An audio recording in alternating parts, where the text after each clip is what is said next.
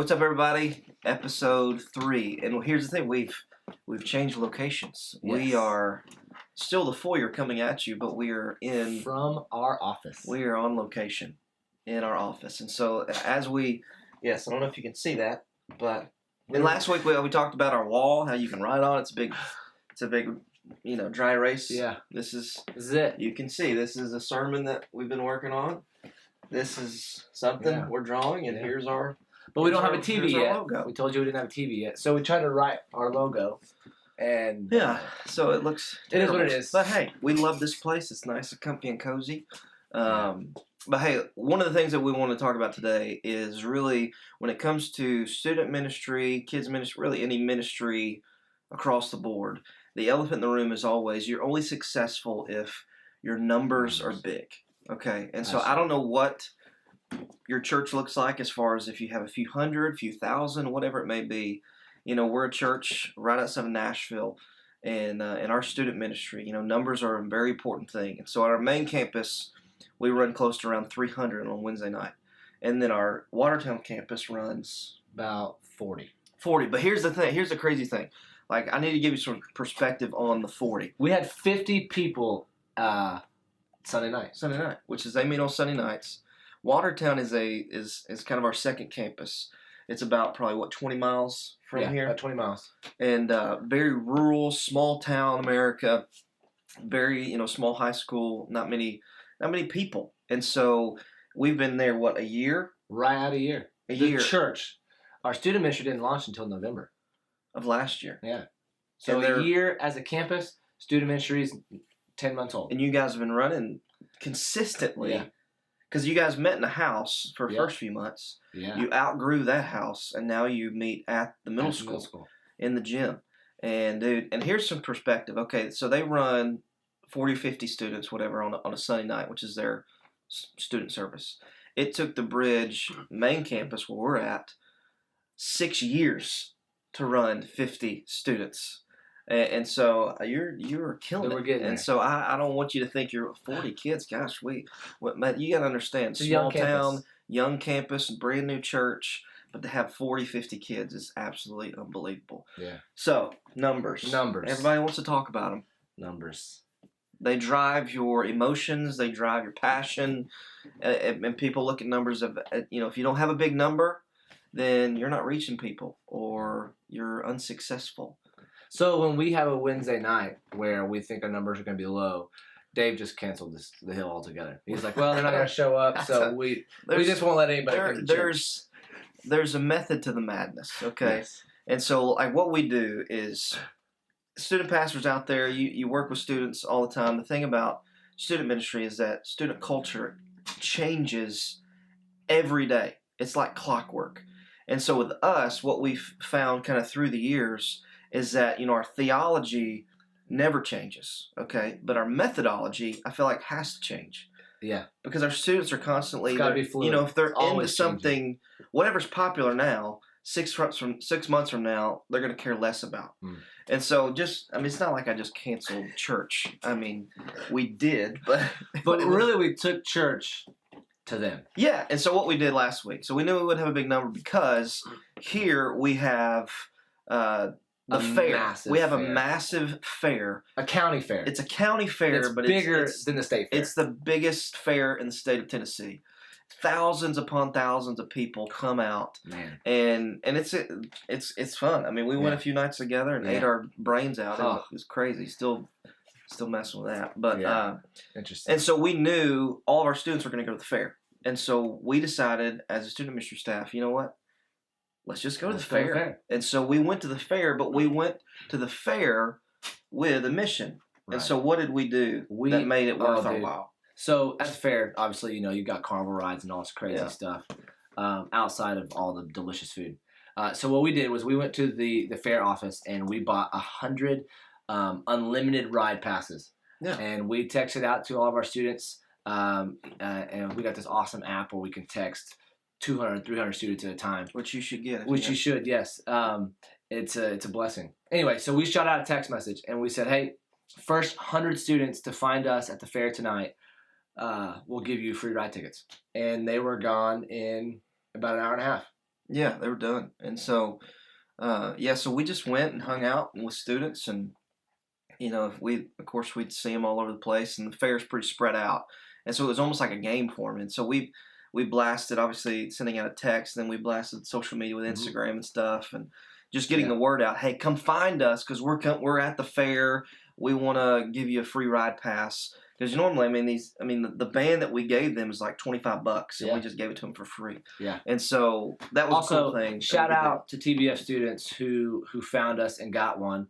Thank you guys for posting that on Instagram. Yeah. We appreciate it. And that's what we did. Like there was a catch, and here's what you need to understand when it comes to just marketing, and that's not an evil thing to do when it comes to your ministry, is that if they got a ticket from us, we said, hey, all we want you to do is take the ticket, ride all the rides you want to ride, but take a picture with you and some friends and hashtag TBF students, the Bridge Fellowship students, or you can tag us TBF students to our account. And so it's free marketing with our students, and that gets the word out on what we're doing, and those people see that one, man, they're just giving away stuff. And yeah, we have a method to our madness. It's not just we're spending money on just random things. We're spending money on, we just want to love kids, and we want to go where they are. Yeah. And so that was the main thing. But with numbers, like I said, they're going to drive you. They're going to drive you insane. But I think it needs to drive you insane, because for us, kind of going through ministry and figuring out this whole thing, and I'm still figuring out, is numbers means people. Yeah. And people are important. People are the reason that we do this. And so, and it's not so much once you hit 100 kids or 2, 3, 400 kids, then you're like, oh, I've made it. You've arrived. It's, because I've seen a lot of student ministries with 300, 400 kids, and it's not really healthy. It's just a hangout spot. Yeah.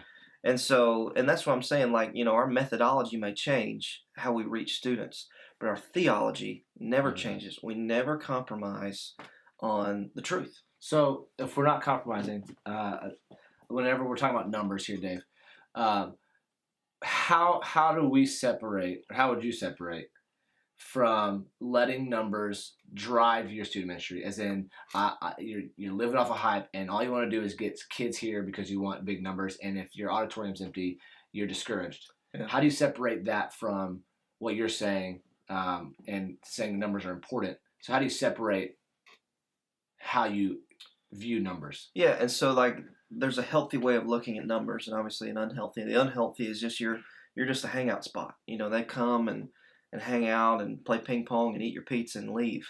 And then the healthy part of that, as far as numbers, is that, are you making disciples? Are you growing in a way that you have middle school students that have been with you for a few years, and then once they hit high school, they start inviting their friends, and their friends come, and they fall in love with Jesus, and then they get baptized and all this stuff. And so that's what the real growth looks like. And until that is really, making it happen in your ministry, I really don't feel like you could say we're in a healthy spot. Because I don't think you can say we're in a healthy spot if you don't see some fruit with your ministry. And I think that's how you kind of separate numbers as in a healthy thing. Because I'm saying, like, you could have 20 kids and they could be sold out, loving Jesus, telling their friends, whatever, and that could be so much more healthy than a youth group that has 300-400 kids and they do nothing but take. They just want to want to take your stuff. So I feel like that was. No, I think that's good. I think that's. What do you think? That's the age-old question, and that's kind of why we want to talk about numbers, was because you have people in ministry don't want to talk about numbers, and they want to say, hey, it's not about numbers, it's not about numbers. But yes, you're right, it's not about numbers, but it's the fact of, do you have 80 kids that are healthy, or do you have 80 kids that or it's an unhealthy ministry? And so you have to use numbers to gauge that. You have to use numbers, and are my 80 students bringing more students? And how do you know if they're bringing more students if you don't count? Right. And you have to be able to, but it's more than just counting heads. It's counting students that are giving their life to Christ. It's counting baptisms. It's counting the change that's happening in a student's life. And it's It's looking at people. Okay, you start. You take mission trips, and the first time you do a mission trip, you've got 5 kids that go on the mission trip. But you continue to look at those numbers, and you look at your ministry 8 years down the road, and that same mission trip, now you're taking 30, 40 kids on. Yeah. Well, that's an increase in number, and that's what you're looking at statistically. But that didn't show, hey, we got more kids going on the mission trip. It says our students are catching the vision and are believing in the gospel and are trusting Jesus. They're trusting the ministry, but they're also trusting Him with their life and are wanting to go experience new things and do new things with ministry. That's another aspect as far as like the kids have to be able to trust you. And it's going to take some time. So it may be you see a kid once every few months or once every few weeks. And why is that? You get so frustrated. You do all these things, you do all these events, you spend all this money, and the kids don't show up. Well, it's like they have to get to a point where they trust you. And then with so many issues that what our students are going through now, it's hard for them to trust people because they have so many people in their life that quit on them. And so they just feel like, well, this is the church, this is youth pastor, whatever it may be, small group leader. I need to test them out. I need to fill them out because they're probably just going to quit on me anyway.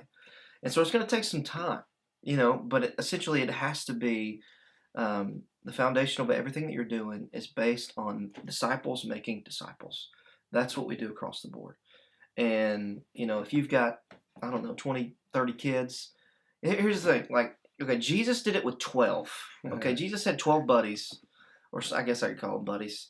They hung out, they did life together, and Jesus taught them scripture and truth and really just about Him. And they played Xbox. And went to the fair and ate corn dogs, and it was great. And then He said, let's go change the world. And we're still talking about it today, thousands of years later. And so I can imagine, like, you and the 20, 30 kids that you have, you pour into those kids with everything that you got, whatever it takes. And it's like with us, to be transparent, we have 300 some odd students that come through our doors every single week. I don't know half their names, okay? But that's another kind of episode where we'll talk about the importance of small groups, and small group leaders. Maybe next week. Maybe next week we'll do that. But here's the thing, like, there are certain kids where that, they get it. They understand it. They are bought in. Invest in them and say, take them to lunch, take them to breakfast, and say, hey, guys, let's do this. I want you guys to be the catalyst of your campus. Get different students from different campuses and say, hey, you're going to be the catalyst for your campus. And we're going to drive this thing, and we're just going to preach truth. We're going to love on people, and I need you to be all in. And that's how you grow. You pinpoint those students that don't just come to get. You pinpoint those students that are willing to give. And so, numbers are a big thing. They can be a bad thing as far as just from an emotional standpoint, because I still, honestly, every single Wednesday night, I tell Nolan this all, I just pray somebody shows up. And I've been doing this for over 10 years now. And I remember the first Wednesday night I ever did when I was like in leadership student ministry, I had 11 kids show up. And I was like, this is the greatest thing ever. And now, but even that first one, I was like, I don't know if anybody's going to show up.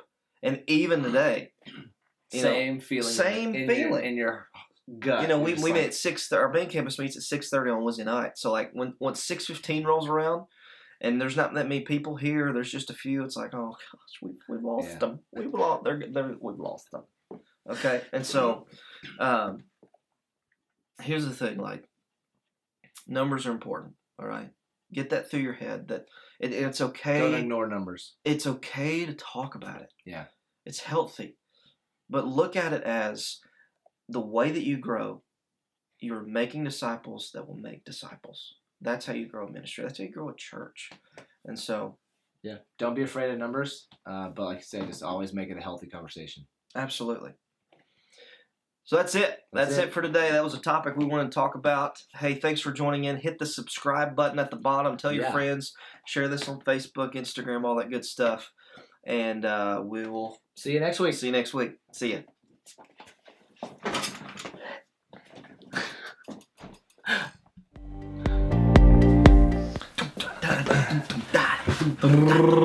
Intro. All right. Okay. We're in.